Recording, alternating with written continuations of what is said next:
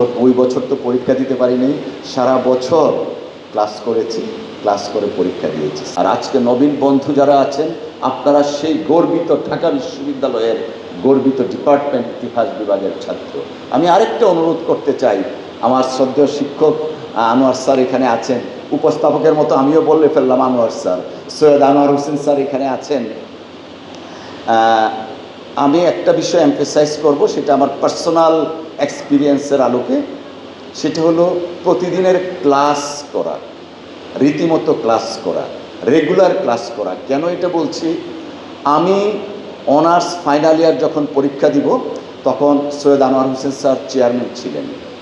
তখন আমাদের ক্লাসের পার্সেন্টেজ গণনা করা হতো, কত পার্সেন্ট হলে পরীক্ষা দেওয়ার মতো কোয়ালিফিকেশান অর্জন করা হতো। আনফর্চুনেটলি বিভিন্ন কারণে আমার তখন কোয়ালিফিকেশানের জন্য যে ক্লাসের পার্সেন্টেজ প্রয়োজন ছিল, সেটা ছিল না। আমাদের দেলোয়ার স্যার, উনিও হয়তো ভুলে গেছেন, উনি ছিলেন এটার কোঅর্ডিনেটর। তো যখন আমি জানলাম যে আমি পরীক্ষা দিতে পারবো না, গেলাম স্যারের কাছে। স্যার বললেন আমার করার কিছু নাই।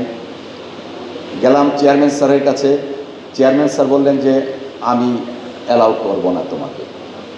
তারপর তখন ভিসি ছিলেন আমাদের প্রফেসর এমাজউদ্দিন স্যার। এমাজউদ্দিন স্যারের কাছে গেলাম, স্যার বললেন তোমার ডিপার্টমেন্টে আমি হাত দিতে পারবো না। দৌড়ে গেলাম আমি মমিন চৌধুরী স্যারের কাছে, সিরাজুল ইসলাম স্যারের কাছে, স্যার আমার একটা বছর আমি লস করতে দিতে চাই না। পরে বললো যে দেখো, ডিপার্টমেন্ট নিয়মটা একটু ফলো করতে হবে। এমাজউদ্দিন স্যার সৈয়দ আনোয়ার হোসেন স্যারকে ফোন দিলেন যে অ্যালাউ করে দেন। আমি তখন ঢাকা বিশ্ববিদ্যালয়ের সিনেট সদস্য বটে, ছাত্র প্রতিনিধি হিসাবে। স্যার আমাকে ডেকে আনলেন, ডেকে এনে বললেন, হ্যাঁ হয়তোবা তোমাকে যদি অ্যালাউ করি, তোমার জীবনে কখনোই শিখবে না নিয়মানুবর্তিতা কী জিনিস। আমি চাই তুমি 1 বছর আবার ক্লাস করবে, ক্লাস করার পরে রেগুলার পরীক্ষা দিবে, দিয়ে পাশ করবে। আমি আর একটা কথাও বলিনি। পরের বছর 2 বছর তো পরীক্ষা দিতে পারিনি, সারা বছর ক্লাস করেছি, ক্লাস করে পরীক্ষা দিয়েছি। স্যার তখন বলেছিলেন, ডিসিপ্লিন লাইফ যদি লিড করো, জীবনে অনেক বড় হতে পারবো। আমি জানি না স্যার কতটুকু বড় হয়েছি, বাট আমরা এখনও আপনার ছাত্র হিসাবে আছি। আমি এই কথাটা এখন আপনাদের সকলের সামনে, আমার স্ক্রিপ্টের বাইরে কিন্তু, ওনারাও তো জানেন না, সকলের সামনে এই কথাটা এই জন্যই বলবো, ডিসিপ্লিন না থাকলে জীবনে কখনোই বড় হওয়া যায় না।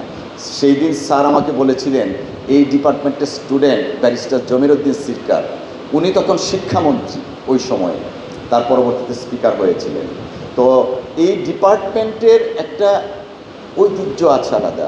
আমরা যেমন বাংলাদেশের শ্রেষ্ঠ শিক্ষাবিদদের পেয়েছি, শ্রেষ্ঠ ঐতিহাসিকদের পেয়েছি, ঠিক তেমনিভাবে সমাজ গঠনে, রাষ্ট্র গঠনে আমাদের সামনে কিন্তু অনেকেই দৃষ্টান্ত আছেন। আমি যারা আজকে নবীন বন্ধুরা আছেন, প্রত্যেকের প্রতি বড় ভাই বা এই ডিপার্টমেন্টের সাবেক ছাত্র হিসাবে একটা অনুরোধ করব, দয়া করে, অনেকেই হয়তো অনেক ডিপার্টমেন্ট আছে অনেক ধরনের বুলিং করে আমাদের ইতিহাস ডিপার্টমেন্টকে নিয়ে, আনফর্চুনেটলি আপনারা সেই সমস্ত কথায় কান না দিয়ে নিয়মিত ক্লাস করবেন, রেগুলার পড়াশোনা করবেন, এবং দেখবেন আপনারাও একদিন দেশ এবং বিদেশে অনেক বড় হতে পারবেন ইনশাআল্লাহ। আমি আমার বক্তব্য আর বাড়াবো না, আমি স্ক্রিপ্ট থেকে চলে গেছি, আসলে স্ক্রিপ্টের মধ্যে আর থাকতে পারছি না।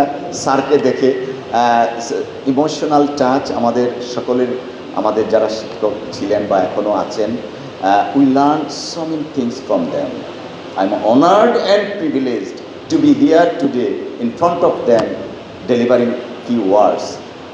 আজকে আমি যা বলতে পারছি, যা শিখেছি, সব কিছু কৃতিত্ব আমাদের এই শিক্ষক মণ্ডলীর। আমি একটু ইমোশনাল হয়ে যাচ্ছি, আর বক্তব্য বাড়াবো না। শিক্ষক মণ্ডলী যারা আছেন, প্রত্যেকে আমার জন্য, আমাদের সকলের জন্য আপনারা দোয়া করবেন। এই ডিপার্টমেন্ট যেন আমাদের গর্বের ডিপার্টমেন্ট, গর্বিত হতে পারি নবীন বন্ধুদের পদাচারণায় এবং তোমাদের সাফল্যে। ধন্যবাদ সকলকে। আল্লাহ হাফেজ। বাংলাদেশ জিন্দাবাদ। আসসালামু আলাইকুম।